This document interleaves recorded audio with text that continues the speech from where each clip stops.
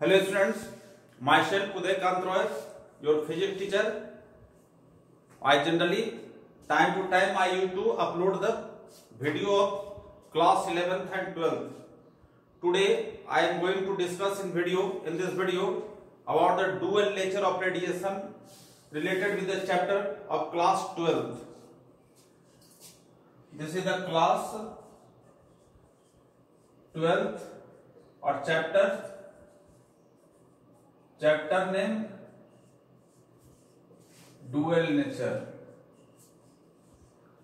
In previous video we have seen कि factor affecting photoelectric effect like effect of intensity, effect of frequency, effect of potential. Today in this video we will discuss about Einstein photoelectric equation. Einstein photoelectric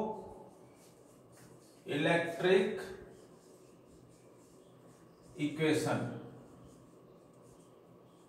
Einstein photoelectric equation क्या है? Einstein photoelectric equation दो according to the Planck theory की energy incident on the surface in form of the photons. तो Einstein explain that when one photons of energy incident on a metal surface, so at an instant only one photoelectrons gets ejected according to the particle nature. Photoelectric effects explain the particle nature.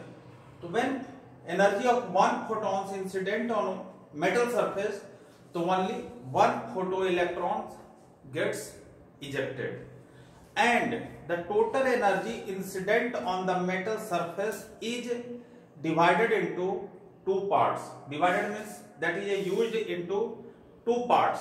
तो one parts of energy कहता है कि energy of incident radiation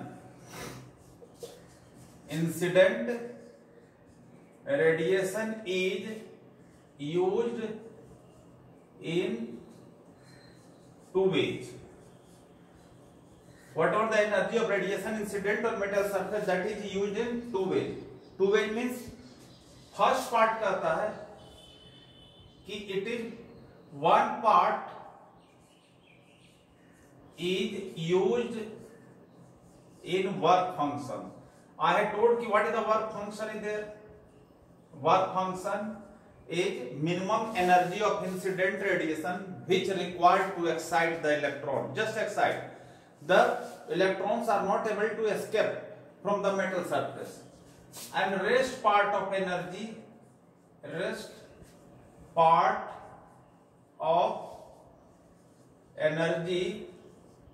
is used to provide maximum kinetic energy of ejected electron. Maximum kinetic energy of ejected electron. जो electron eject हो रहा है उसमें क्या देता है? काइनेटिक एनर्जी देता है. So it means energy of incident radiation is used in work function plus maximum kinetic energy. Energy of photons is measured in E is equal to h nu. और work function that is h nu naught plus maximum kinetic energy. So that will be h nu minus h nu naught is equal to maximum kinetic energy. So this is the Einstein photoelectric equation. Of see there maximum already I told where I had taught stopping potential के बारे में कि stopping potential क्या होता है कि minimum negative potential given to anode with respect to cathode so that ejection of free electron is stopped. तो maximum kinetic energy जो होता है maximum kinetic energy is equal to E V naught. What is the V naught? This is the stopping potential is there. तो क्या हो जाएगा formula that H nu minus nu naught is equal to E V naught. तो in another term we can tell also E is equal to h nu minus nu naught is equal to EV naught. So this is also a form of Einstein photoelectric equation. Now see there, from here one question is also asked कि see if the graph is drawn between a stopping potential, the question is asked कि what depict the slope between V naught and frequency. V naught और frequency के बीच में जो slope होता है वो क्या डिपेक्ट करता है. तो देखो, suppose that this is the graph is there, this is the x axis, here we have taken nu, or this is the y axis where we have taken V naught, means the stopping potential. तो this graph what depict, ये graph जो है what depict, this point represents threshold frequency. क्या represent करता है? Threshold frequency. तो see there, from Einstein photoelectric equation, from this only, तो Einstein photoelectric equation क्या कहता है? From Einstein photo electric equation क्या आपने देखा कि EV not is equal to H nu minus nu not. तो V not is equal to what is that? H by E nu minus nu not. Okay, अब यहीं पर देखो कि this is the one equation, we compare y is equal to mx plus c there. y is equal to mx plus c. तो this c you can write this is exist on y axis, तो this represents what is the slope. इससे compare करते हैं, ये क्या represent करता है? This is slope is there. Okay, अगर इसी में कहता है कि intercept point, this what depicts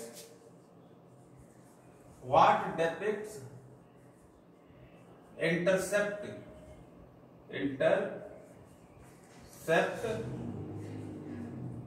point on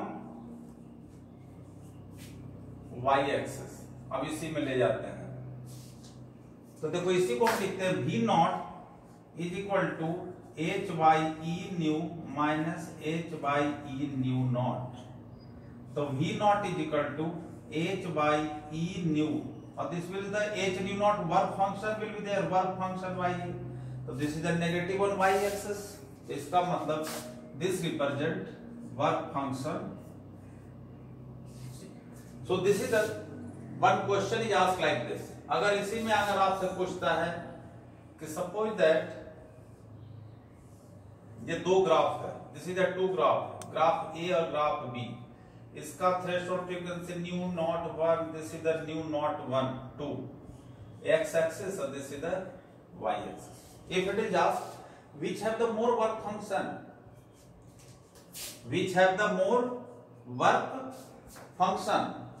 तो लिखेंगे work function of v is greater than work function of A, because new not 2 is greater than new not 1 is there.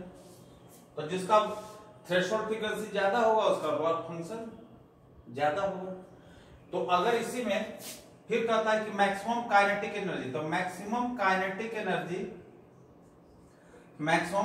Energy of B is less than maximum kinetic energy of A. मतलब जिसका work function ज्यादा होगा उसकी kinetic energy क्या होगी? कम होगी. जिसका work function ज्यादा उसकी काइनेटिक एनर्जी कम होगी. तो आइंस्टीन फोटोइलेक्ट्रिक इक्वेशन से you have seen this types of question is asked. Okay, अब आ जाते हैं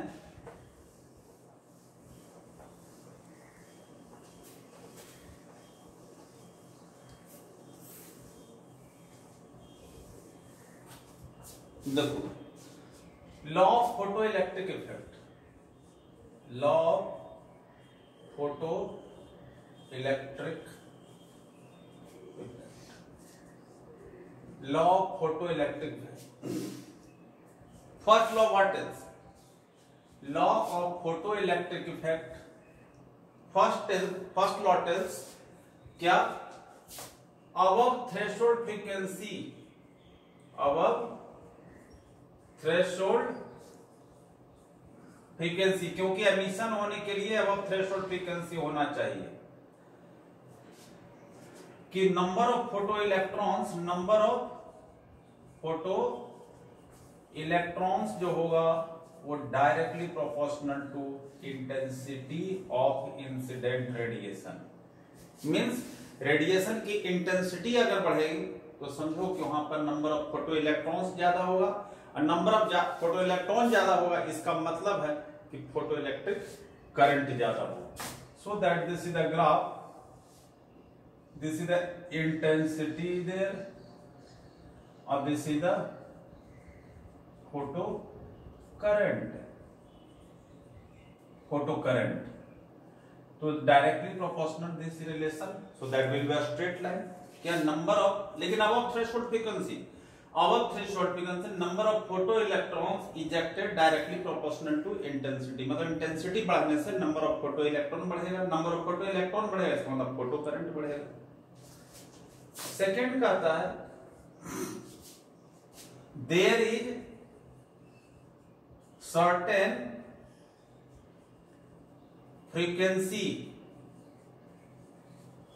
is required, there is a certain frequency is required for ejection of electron below which emission does not take place, below which emission does not take place. इसका मतलब हो गया that is this is called threshold frequency, threshold frequency. मतलब second law concept देता है threshold frequency का. एक minimum frequency की जरूरत है below which emission does not take. Third कहता है above threshold frequency, above threshold frequency क्या? मैक्सिमम काइनेटिक एनर्जी जो होगा, maximum kinetic energy directly proportional to frequency. Above threshold frequency directly proportional to frequency of incident radiation. Because एक minimum frequency के बाद अगर frequency बढ़ेगा तो क्या होगा, उसकी मैक्सिमम काइनेटिक एनर्जी बढ़ेगी. तो फॉर दिस ग्राफ भी देयर, ये हो गया दिस इज द थ्रेशोल्ड और दिस इज द न्यू, और ये हो गया आपका मैक्सिमम काइनेटिक एनर्जी. तो मैक्सिमम काइनेटिक एनर्जी का था directly proportional to frequency there, क्योंकि इसके बाद ही एमिशन और फ्रीक्वेंसी बढ़ा तो मैक्सिमम काइनेटिक एनर्जी बढ़ी. और फोर्थ का था एक इंस्टेंटेनियस प्रोसेस है. क्या है? It is photo electric effect, instantaneous process है. और टाइम लैग कितना है? Time lag is 10 to the power -9. मतलब ये जो प्रोसेस होता है विद इन नैनो सेकेंड के अंदर होता है ये process. So this is the time lag. Okay, so this is within the nano second emission takes place. So okay, so you have seen here we have discussed law of photoelectric effects of dual nature. So just this is my request, subscribe my channel and see for the further or wait for the further videos. Thank you all of you.